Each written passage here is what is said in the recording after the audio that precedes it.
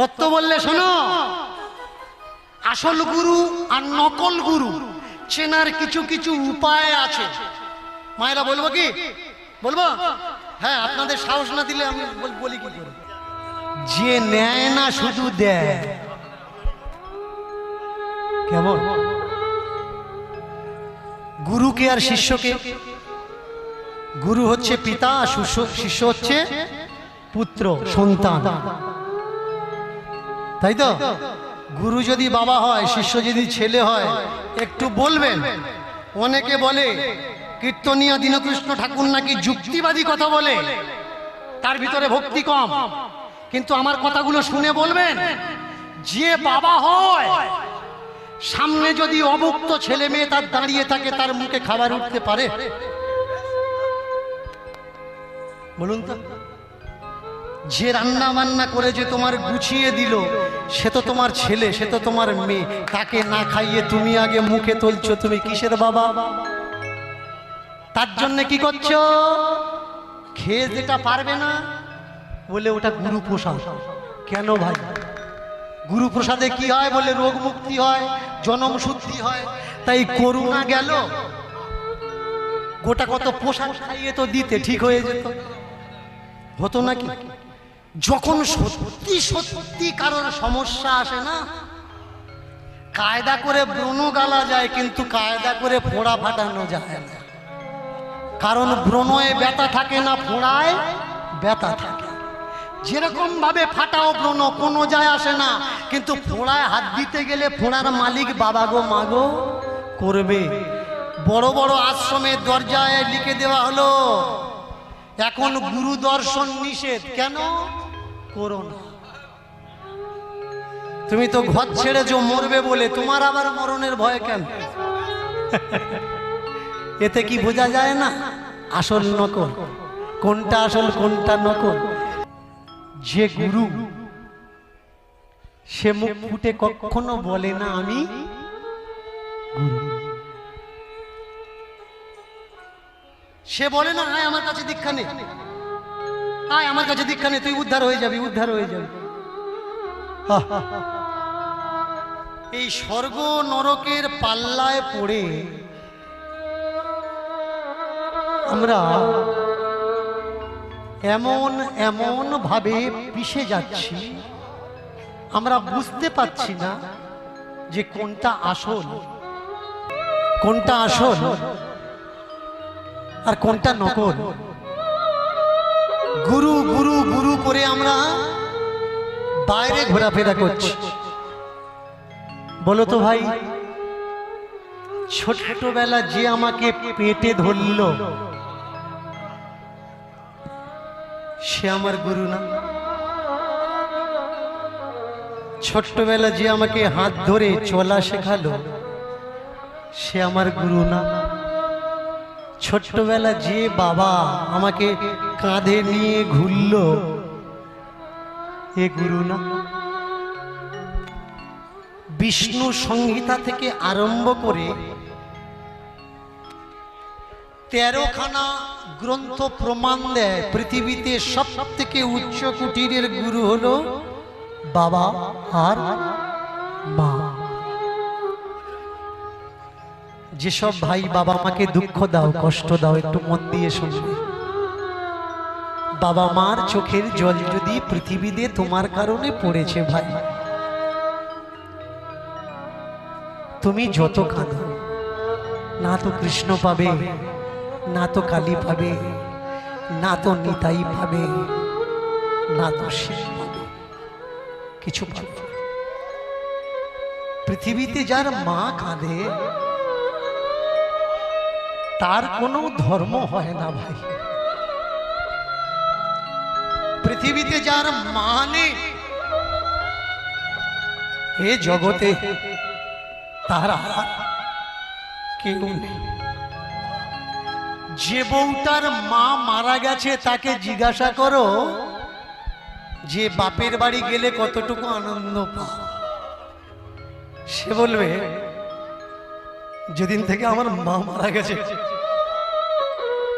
আমার জন্য বাপের বাড়ির দরজা বন্ধ হয়ে গেছে।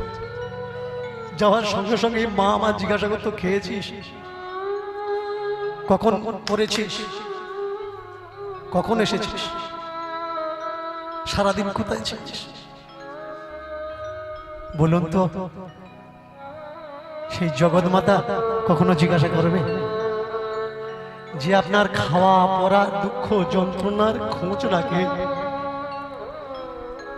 আমরা পৃথিবীতে এমন অবোধ, সেই সব জীবন্ত ভগবানকে দুঃখ দিয়ে, যে ভগবান চোখে দেখা যায় না সেই দিকে আমরা ছুটে যাই।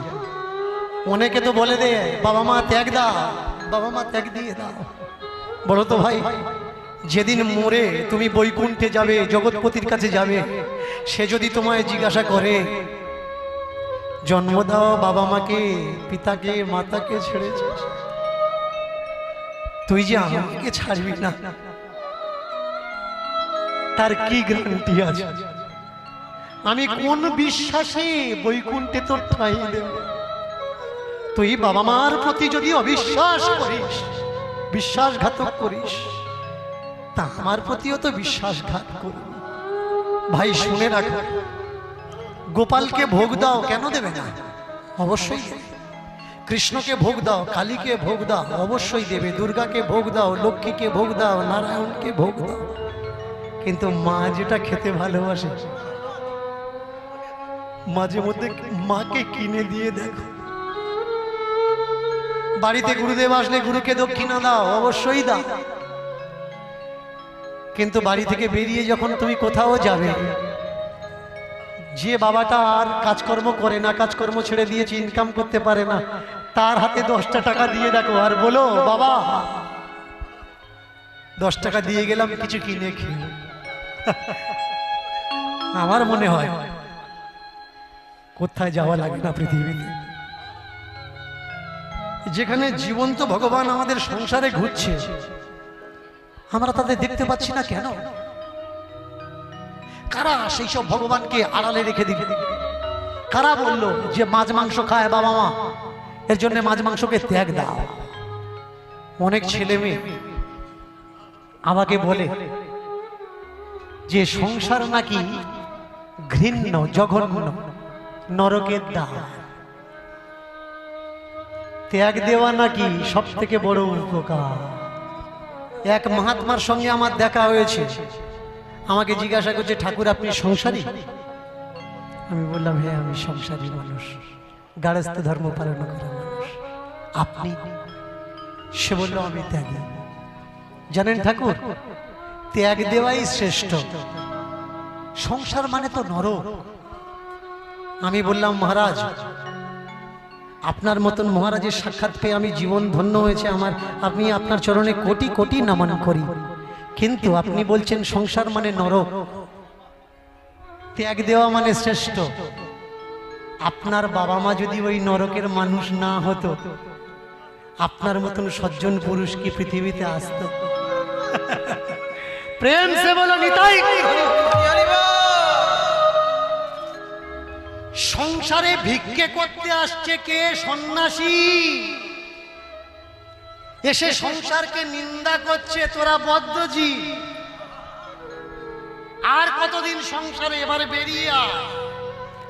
ওই সব বাবাজিকে আমি বলবো, সবাই যদি সংসার থেকে বেরিয়ে যায়, যারা বেরিয়ে গেছে তাদের খাবারকে জোগাড় করবে। তারা ভিক্ষা কাদের কাছে চাইবে যে ভিক্ষাটা দাও, আমাদের যাচন ক্রিয়াটা পূর্ণ হোক? না ভাই না। সবার উপরে সত্য, তার উপরে সত্য ভগবান, আর ভগবান সংসারে বিদ্যমান, অন্য কোথাও নেই। যারা ভগবানকে পাওয়ার জন্য সংসার ত্যাগ দিয়েছ, একটা ভগবান আমার দেখা হতো যার সংসার নেই। দেখাতে পারবে কার সংসার নেই, যে তুমি সংসার ত্যাগ দিয়ে চলে যাচ্ছ ভগবানকে পাওয়ার জন্য? একটা ভগবান আমার দেখাও যার সংসার নেই। তাহলে সংসার ত্যাগী হয়ে তুমি সংসারী ভগবানের উপাসনা করতে যাচ্ছ, এ লজিকটা কি ঠিক? কেন সংসারে থেকে ডাকতে পারবে না? আমি একটা আশ্রমে গেলাম, আমি বলে দিচ্ছি আপনারা বুঝতে পারবেন, কারণ একটা প্রবাদ আছে, যার গালাগালি করবে তার নাম নেবে না। এটা আমার বড়দের কাছ থেকে শেখা। তারা প্রায় স্টেজে আমার দাঁড়িয়ে দাঁড়িয়ে গালাগালি করে, কিন্তু আমার নাম নেয় না। আর আমি তাদের বড় বড় সেন্টারগুলো গালাগালি করব, কিন্তু নাম নেব না। গেলাম দেখতে, কয়েকটা মেয়ে ছিল আমার সঙ্গে। তারা যখন ওই রাস্তা দিয়ে ওদিকে যাচ্ছে, তাড়াতাড়ি করে কোটা বাবাজিকে গিয়ে আটকে নিয়েছে, দিয়ে বলছে এদিকে যাবেন না, এদিকে মেয়ে ছেলেরা এদিকে যাবেন না। আমি বললাম কেন? আশ্রম ঘুরছে, দেখছে, অসুবিধে কি আছে? বললে এদিকে আমাদের ব্রহ্মচারীরা থাকে, এদিকে যাবেন না। আমি বললাম চমৎকার, কিরকম ব্রহ্মচারী? যে মেয়ে লোক দেখলে ব্রহ্মচর্য নষ্ট হয়ে যায়, সে আবার কিরকম ব্রহ্মচারী? তা ও ব্রহ্মচর্য পালন করছে, ও কি শুধু বাবায় থেকে পৃথিবীতে এসছে, নাকি নারীও ছিল? এর উত্তর কে দেবে? যারা নারীকে অপমান করছে, অধিকতর কীর্তনিয়া দেখবেন স্টেজে দাঁড়িয়ে বলে ভুরু সরু করিয়ে নেছে, কি যেন ঠোঁটে ঘষেছে, কি যেন মুখে মেখেছে।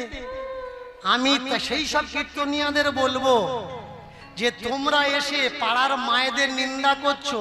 তোমার বাড়ির বৌমা মেয়েরা ভুরু চাঁচে না, তোমার বাড়ির বৌমা মেয়েরা লিপস্টিকে সেইটা লাগায় না, তোমার বাড়ির বৌমা মেয়েরা মুখে ঘষে না। তা তুমি কার গালাগালি দিচ্ছ ভাই? আগে ঘর শাসন করো, তারপর প্রশাসন করো। বলে আমি নাকি সকলার পেছনে লাগি।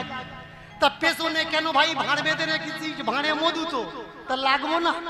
ভাঁড় খুলে ফেল, মধু থাকবে না। দীনকৃষ্ণ ঠাকুর পেছনে লাগবে না। মায়ের নিন্দা করে যারা, তাদের মতো পাখণ্ডী পৃথিবীতে আর আছে? শুনে নাও মায়েরা, তোমরা যারা সাজো আরো বেশি করে সাজবে। কেন জানো? যে বাড়ির মায়েরা সেজে গুজে থাকে, সে বাড়ি কখনো দুঃখ যন্ত্রণা অভাব অনটন আসে না। আর যদিও আসে, সেই বাড়ির মায়ে মেয়েরা সেজে বুঝিয়ে দেয়, যত দুঃখ আসুক, দুঃখ আমাদের কিচ্ছু করতে পারবে না। দুঃখে যে ভেঙে পড়ে সে মানুষ মানুষ হয়? যত দুঃখ থাক, সেই বাড়ির বউটা যদি সাজে, আপত্তি কোথায়? তোমরা বাড়ির বউরা ভুরু চাচ্ছে বলে অসুবিধা হচ্ছে, তোমরা যে লক্ষ্মী, সরস্বতী, রাধারানী, দুর্গা, কালী এদের ভুরু চেঁচে সরু করে দিয়েছো, তার প্রতিবাদ কে করবে? বাড়ির বউরা লিপস্টিক লাগাচ্ছে, অসুবিধে হচ্ছে, তোমরা যে দেবদেবীর ঠোঁটগুলো লাল করে দিয়েছো, ও কি ঘষে লাল হয়েছে? এমনি এমনি হয়েছে? লিপস্টিক তো দেওয়া আছে। তাহলে তুমি যে নিন্দে করছো, ঘরের মান নিন্দে করছো না দেবদেবীর নিন্দে করছো? ভাই প্রেম সে বলো নিতাই গৌর হরি বল। গুরুদেব, কোনটা আসল কোনটা নকল আমি কিনবো কি করে? এই জগতে আসল আর নকল চেনা বড় ভাব। মায়েরা ভয় পাবেন না, আপনাদের পাশে দীনকৃষ্ণ ঠাকুর আছে, আর যার পাশে দীনকৃষ্ণ ঠাকুর আছে তাকে হারাবে ইম্পসিবল। আজকে তাকিয়ে দেখুন, যার কাছে যাচ্ছে সে বলছে দীক্ষা নাও, সে বলে দীক্ষা নাও, সে বলে দীক্ষা নাও। করো জোর করে, ধন্না যাক বলে উঠলেন। ওহে, এই বৃন্দাবনে কে আছে যে দীক্ষা দেয় না? সবাই বলছে নাও নাও। কে আছে এই বৃন্দাবনে যে দীক্ষা দেয় না? বললে একজনায় আছে হে, একজনায় আছে হে, একজনায় আছে হে, ওই গুপ্ত বৃন্দাবনে একজনায় আছে হে, ওই গুপ্ত বৃন্দাবনে একজনায় আছে হে, ওই গুপ্ত বৃন্দাবনে একজনায় আছে হে, ওই গুপ্ত বৃন্দাবনে একজনায় আছে হে, একজনায় আছে হে, একজনায় আছে হে, ওই গুপ্ত বৃন্দাবনে একজনায় আছে হে, ওই গুপ্ত বৃন্দাবনে একজনায় আছে হে। সে কোন আশ্রমে থাকে? তার থাকার জায়গা নাই, তার থাকার জায়গা নাই, তার থাকার জায়গা নাই, তার থাকার জায়গা নাই। পথে পথে ঘুরে বেড়ায়, তার থাকার জায়গা নাই,